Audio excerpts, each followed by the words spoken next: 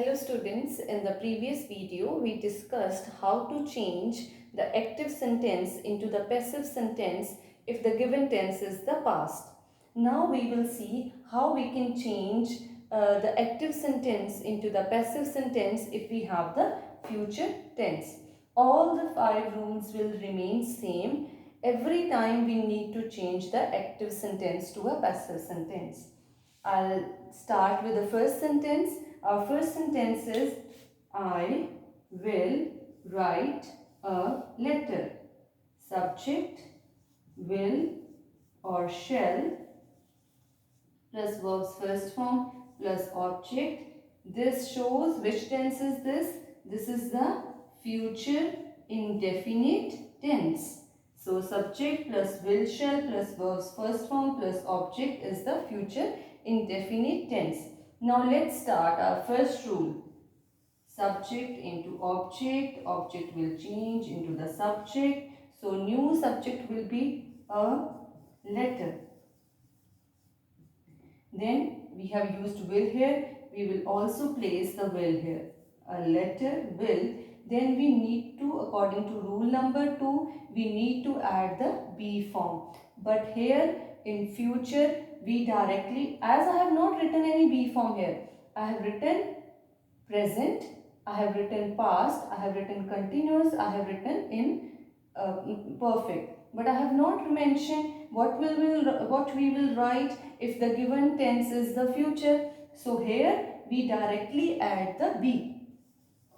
In future, be is added directly. Its form, any form is not used, but only the be is directly used. A letter will be, then verbs third form, written, then by, then me.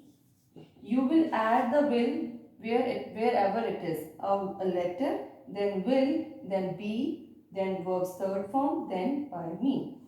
Next sentence. Subject plus will plus be plus verbs first form plus ing plus object. Which tense is this? This is future continuous tense. But as we already have the be here, so no passive form is changed. It is not changed into any passive form. So in future continuous you will not have any passive form. Now let's see the next next sentence. Subject plus will have or shall have plus verbs third form plus object. Which tense is this? This is future perfect tense. So how we can change it? Our new subject will be a letter. Then we have will have. Here we will add will have. Then we know in perfect we use been. A letter will have, then been, then written, then by, then the new object which is me here. A letter will have been written by me. Everything is same. We have added our new subject here. Then we have written will have because here it has used will have. We have written will have. Then we need to add the be form. In perfect we have been. So we have written been. Then verbs third form, written, then by, then me.